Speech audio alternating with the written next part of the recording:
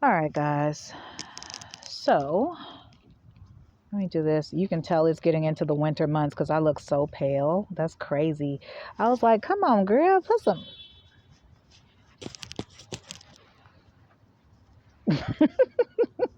I look so pale. And I'm like, you know what? I might stop by Ulta on my way out because girl, we need to make sure and I do have some stuff for my face on, so maybe that's what it is. I'm not sure. But anyway, y'all, so anyway, I have decided that it's time for me to kind of like really focus on figuring out what this whole targeted individual thing is about. I think it's time for me to really start pulling in facts and really start understanding what it's all about, because at this point, up until this point, it's been a burden on me. And I realized by me, I did a 3-part, I just did, you'll be able to tell because I look exactly the same, but I just did a 3-part commentary on being single and a targeted individual from my perspective. And then also making sure that I provide some clarity where there may have been some confusion due to a lot of, rumors and shit, right? So I think as I was talking about it, I was thinking, I was like, no, I want to know more about that. I need to understand what that's about, because the mere fact that it's like even a factor in how I have, lived my life romantically and all that stuff. It's like, I didn't realize that it had had such an impact on me until I spoke about it. And I said to myself, you need to know more about whatever that is, so that as you move forward in your life, and even in preparation for, just making new friends and taking on new positions, new jobs, and getting out into the world and seeing the world in a completely different way, and also showing up in a different way. Part of my growth process should definitely be looking into what in the heck being a targeted individual is outside of my own experience. So I think that's something that's very, very necessary. Excuse me. I think that's something that's very, very necessary. And I'm not sure how I'm going to start that process. But I think I've just taken the most important step of that process, which is realizing that it is something that I should be looking into. Because my kids they're up there. Like I literally raised my children by myself. And I'm not the first, and I ain't gonna be the last, unfortunately. But ladies, we built for it. It's fine. Don't worry about it. You'll be fine if that's what you're going through. It can be done. But being a targeted individual, I'm not sure even how that I'm sure at this point, if it's affected my decisions in interpersonal relationships, I'm sure it's affected my children in some way. And I'm starting to think maybe they just didn't want to share that with me. Maybe they just didn't want to tell me. Or maybe I'm wrong. Maybe something wasn't happening with them. And, but we were always such a open family with me raising my kids. Like, honey, listen, I communicated with my children. We have family meetings once a week. I've always been there for my kids, but me having to work and not having any help, because it's almost like I don't know, but it was like, even with me having family around, like nobody ever helped me raise my kids. Like I had to really do that shit on my own. And I did that, and it was tough. And then once my kids got up in age, then, people started coming in and doing little shit to try to make it seem as if I was like not doing right by my family. And I'm like, baby, that's all I'm about is mine. It's about me and mine. I don't know what you're talking about, right? So it tripped me out because I started hearing little things with the rumors. And I'm like, did somebody call me a bad parent?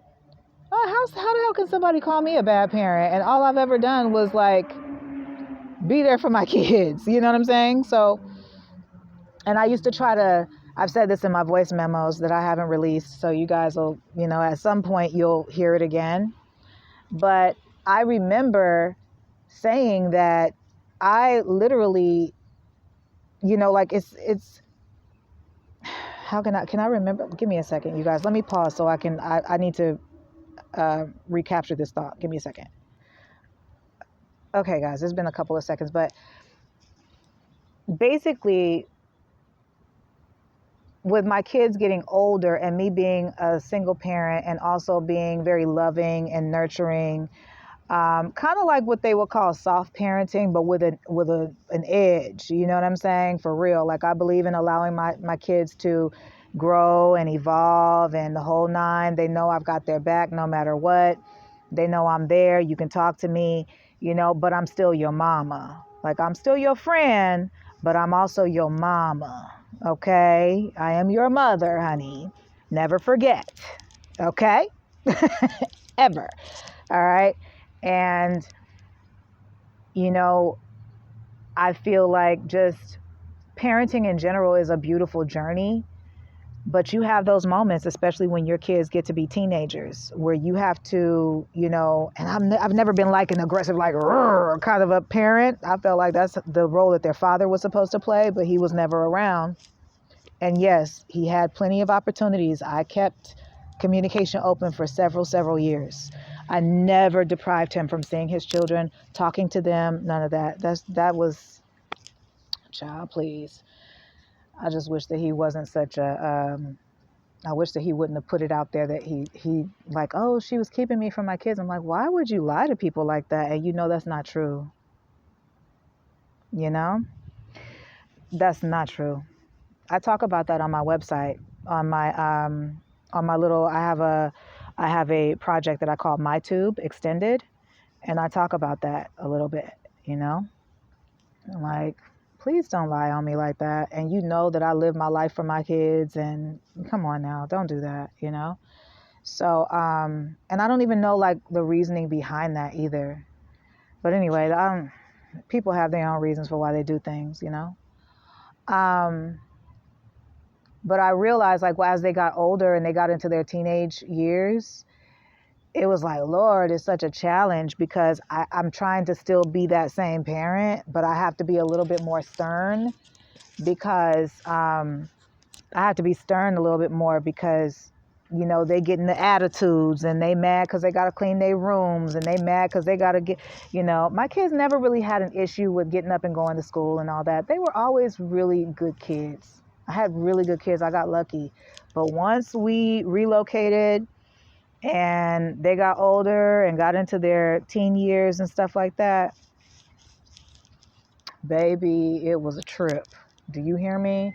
It was a trip. It was definitely a trip. And even now, like with my kids being grown, it's like, it's hard for me to like, because they be like, Mom, I'm not, and I'm like, yes, but I'm still your mama. So I'm like in that weird space where I'm trying to figure out. And I said, you know what, babe? I think what you got to do is what you do best. And you just kind of like just pivot with them, as life changes. And if they got to go this way, you just kind of go this way, but you stay a little bit far behind them. It's like, just in case you need me to come in there and be like, what's going on? What's going on? Get back on track. You know what I'm saying? Get yourself together, But no, I just feel like, I don't know. I love my kids so much, y'all. But we have had our ups and downs. We've gone through some things for sure. Like I think I might just save some of it for filling her own shoes. I definitely want to want to have that conversation about like my family and stuff like that, and how we've kind of like maneuvered this entire situation so far. And it has been tough. It has taken a toll on my family life for sure. You know, especially with people like deliberately putting people around my kids to detour them and to make them think that there is real friendship there on the table, when in actuality it's, you know, it's the act of being a targeted individual, or it's the act of someone who's been assigned to, you know, target someone. And I worry about that for my babies. You know, I worry about that. So I feel like, as part of, you know, breaking the generational curse, I should probably, no, not probably, I am confident in the decision to learn more about whatever that is, you know, so that I can prepare to provide support for my children. Um, I also recognize that after being a certain age with women, society likes to kind of throw them to the wayside a little bit, you know. And with me being 40 plus, I'm starting to see that a little bit, and I'm like, that's so interesting how they do that with people in general. Like, they do that with people. It's not just women. They do that with men too when they get to a certain age, you know. But it's just like, when people get up in age, they just kind of like throw them to the wayside, you know. In my case, they full out want to just destroy me. That's literally what they want to do. Oh, she has nothing more to offer. Oh, she's done all she can do. Says who? Moving forward. So, you know, at the end of the day, I feel like I don't want my kids to have the same journey that I've had. I would love for them to have a better journey, but I recognize that we're dealing with the same demon, you know? And so it's like, how do I provide the support that I need to provide for my children as young adults, you know, as a loving parent, you know, in this